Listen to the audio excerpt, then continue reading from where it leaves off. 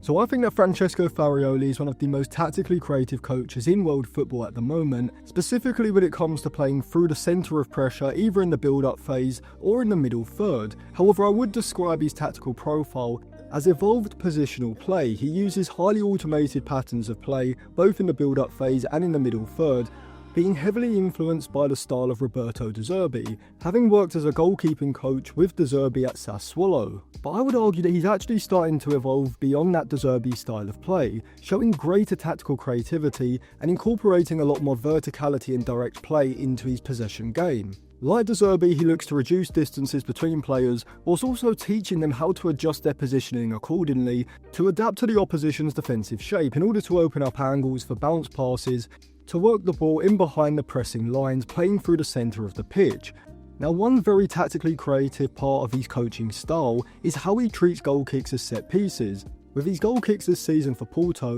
being very NFL-like in how automated they are. Now, I won't cover that in this particular video, but if you do want to see me do a video on it, let me know in the comment section below, and subscribe to the channel and give the video a like so you don't miss out on it when it does come out. So like De Zerbi, his possession system uses highly coordinated movements designed to manipulate the opposition's man-to-man pressing structure in order to create space that can then be exploited by a free man, and the free man is created by players dropping deep, dragging designated pressers high, before spinning quickly and accelerating goal side. And you're going to see that in the specific example I analysed from the game against Sporting Lisbon a few weeks ago. But before I get into that analysis to show you just how tactically creative and forward-thinking Farioli is, specifically being able to see the massive difference between his setup in possession compared with coaches like Ruben Amorim or Enzo Maresca, and why I think his strategy is so much more effective. If you want to check out any cheap, good quality football jerseys, go over to okjersey.com.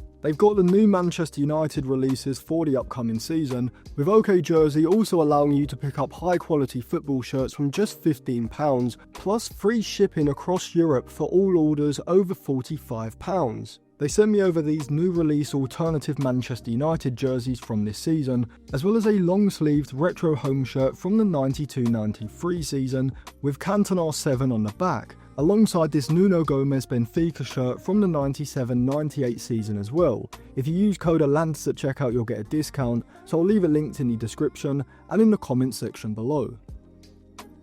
So in the lead up to Luke de Jong's opening goal in the game against Sporting from the other week, you can see that Porto have settled possession in the middle third, and you can see that Porto are set up in a 2-3-4-1 possession shape, with Sporting using a horizontally compact 4-2-4 shape. But what becomes immediately obvious just from looking at this setup from the aerial view is that Porto's fullbacks are sitting very narrow, with the wingers providing the width in the system, sitting high and wide on the outside of the fullbacks. Sporting are using a horizontally compact front four, and Porto's deeper lying midfielder Alan Varela is positioned between the Sporting front two, looking to take advantage of the 3v2 with the two centre-backs against the two centre-forwards, whilst Rosario, who came on for Rodrigo Mora in this game, and Victor Frodeholt, who I did actually suggest Manchester United sign at the start of the summer, I'll leave that video linked in the description and in the eye above in case you do want to check it out, are both positioned further up the pitch ahead of Alan Varela. Now, as play becomes active, you can see that Perez, the right-sided centre-back,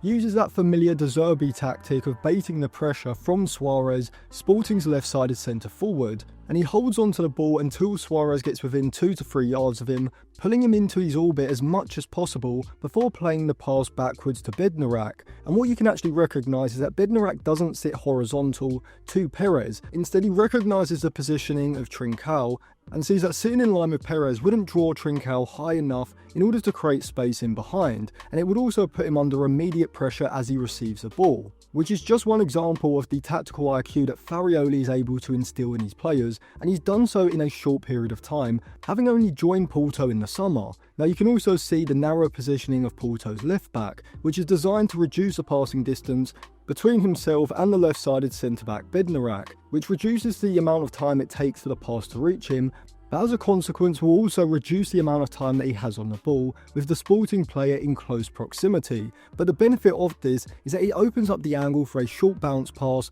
from the left-sided centre-back into the left-back, into the deeper lying midfielder Alan Varela, who's positioned directly in behind the front two. Now as the ball is played across to Bednarak, you can see that Porto's left-sided central midfielder Rosario makes a darting movement towards the ball, not doing so before Bednarak has received the ball, but also not doing it too late, instead doing it with perfect timing. And both of these movements from Porto's left back and the left-sided central midfielder are pretty unusual for most positional play systems, but this was one of the aspects of the tactical meta that De Zerbi evolved when he was at Brighton around 2022-23. And you can see the obvious benefit of this as Porto now have two avenues to bounce a ball into Alan Varela, working the ball in behind the Sporting front two, who have now been enticed into the press close to the centre-backs. Rather than playing the pass to the left-back, Bednarak instead chooses to split the Sporting front line with a pass between the right-sided midfielder and right centre-forward into Rosario, who now bounces the ball into Alan Varela, and with two touches, he's now able to split the Sporting midfield double pivot, who have become stretched by the initial positioning of Rosario and Frode Holt ahead.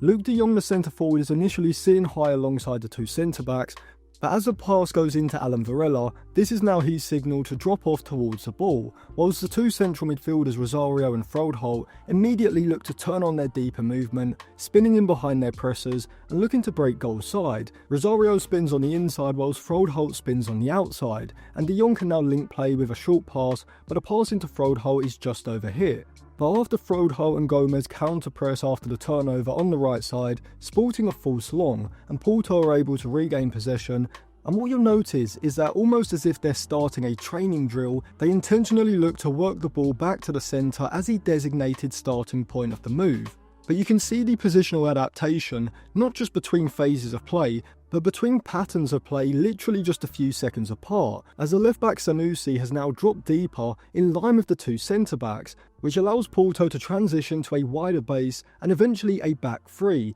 currently using a lopsided back four, which will work to change the passing options and the bounce pass angles. And this was done in response to the Sporting front two reducing the horizontal distance between them, looking to stop Porto's centre-back splitting them with a pass into Alan Varela, which is another example of the tactical IQ that Farioli has managed to instill in his back line. Now from here, rather than doing what we would see a lot of positional play systems do in this situation, rather than moving away from Bednarak, who is the central centre-back in this temporary back three, we see the left-back Sanusi and the right-sided centre-back Perez actually move towards him, reducing the distance between them. And all of this is to set up what I call a micro-possession game, with the objective of working the ball into Alan Varela, the free man behind the Sporting front two. And the effect of the left-back Sanusi coming narrow in order to create a back three is that Porto now have a 4v2 advantage against the Sporting front two due to Sporting's right-sided midfielder not being able to move over narrow enough to the left-back, because Sporting already have the front two in such close proximity in this area that they can't really afford to have the right-sided midfielder also move across and get sucked into that orbit. But in contrast to the deeper areas of the pitch, what we also see from Farioli's possession shape is that Farioli's front three are maximising their horizontal width, with the wingers and centre forward holding high positions in order to pin the Sporting back four as deep as possible, thereby giving Porto a man advantage in deeper areas of the pitch and maximising the space between the lines for the central midfielders and fullbacks. And the intelligence behind this possession setup is that Bednarak can just bait the pressure once again, and with one 5-yard horizontal pass into Sanusi the left back, the passing lane is now open for a simple 5-yard diagonal pass into Varela, and now Porto have worked the ball in behind the Sporting front line. But if we just rewind prior to this pass, you can see that the Porto right back is already edging goal side of the Sporting left-sided midfielder, anticipating that the ball's going to be worked into Varela, and when Sanusi finds Varela, he now has space to turn out into, and the Sporting front two and right-sided midfielder have been taken out of the game, and Porto's right back Costa has also run off the blind side of the Sporting left-sided midfielder on the far side. And now on the right side, you can see that Frode Holt makes a forward movement which forces the left-sided midfielder deeper, which stretches the space between him and the left-sided midfielder, allowing Varela to now split those two players, working the ball into Costa the right back, and now Porto have a 3v2 overload in this right channel, and potentially also a 3v2 on the far side as Rosario, the left-sided midfielder, has moved quickly in order to break goal side of Morten Schulman. And when Costa's able to move the ball out to the right winger Gomez on the outside of the fullback, you can see that both Frode Holt and Costa have run goal side of the Sporting players on that side. And we then see Frodholt provide the initial underlapping run. Between the Sporting left back and left-sided centre-back, Gomez decides not to play that pass, but this run has still worked to drag the left-sided midfielder deeper. Having not received the ball, Frodholt then spins out wide, vacating that area, and now Costa can make the later secondary underlapping run off of the back of Goncalves, between the Porto left-sided midfielder and left-sided centre-back. But before I show how the goal is actually created, another impressive part of Farioli's possession setup here is the rest defence sitting in a 2-2. Bednarak and Perez are in a 2v1 around the halfway line, both in close proximity, which is crucial, either side of Suarez as centre forward, with this positioning making it very hard for Suarez to receive the ball, as one of the centre backs is able to cut any pass into his feet, with the other one able to sweep up in case there's a pass to release him in behind. But in front there's also a 2v2, with the deeper line midfielder Varela and Sanusi the left back, who has come narrow into this central position, effectively already man-to-man pressing the two Sporting players in case of a turnover, meaning that if Sporting do look too progressive out of the box with a pass into either of those two's feet, Varela and Sanusi are in such close proximity that they can immediately initiate the counter-press. And Farioli's possession setup is pretty much perfect in every area of the pitch, as on the left side Porto also have 3 men attacking the box in order to provide multiple options for the chance to be created. You've got Rosario following up play from left-sided central midfield, you've got Borja Sainz the left winger starting wide, but making up that distance using a concept known as minimum width, as he no longer needs to hold this high and wide position and can instead move in narrow in order to get into an optimal position inside of the box, now becoming a free man behind the Sporting right back. And the chance is created as Gomez releases Costa with the underlapping run, he gets into a low crossing position, and Luke de Jong's movement is fantastic, having a full understanding of this coordinated pattern of play, and so he anticipates what's going to happen, he peels off around the back post, putting himself in the perfect position to receive a very high value chance, with Costa able to find his movement with a low cross across the box, and Luke de Jong caps off a fantastic move where, using Farioli's automated positional patterns of play, they've been able to completely play through the Sporting defensive shape, going through the middle, progressing the ball down the channels into the box and creating a high value chance. So we'll be doing some more videos on Farioli's possession system, but also on his pressing and defensive systems, as he does like to use a hybrid 4-4-2, 5-3-2 defensive shape, which may be interesting for United, as you'll be able to see how he uses a back 5 out of possession. But let me know what you thought of this analysis in the comment section below. And if you do want to check out any cheap, good quality football jerseys, go over to okjersey.com. You can use code ATLANTAS at checkout for a discount. I'll leave a link in the description and in the comment section below. And if you do want to sign up to my Patreon and get a 7-day free trial, I'll leave that linked on the end screen now as well.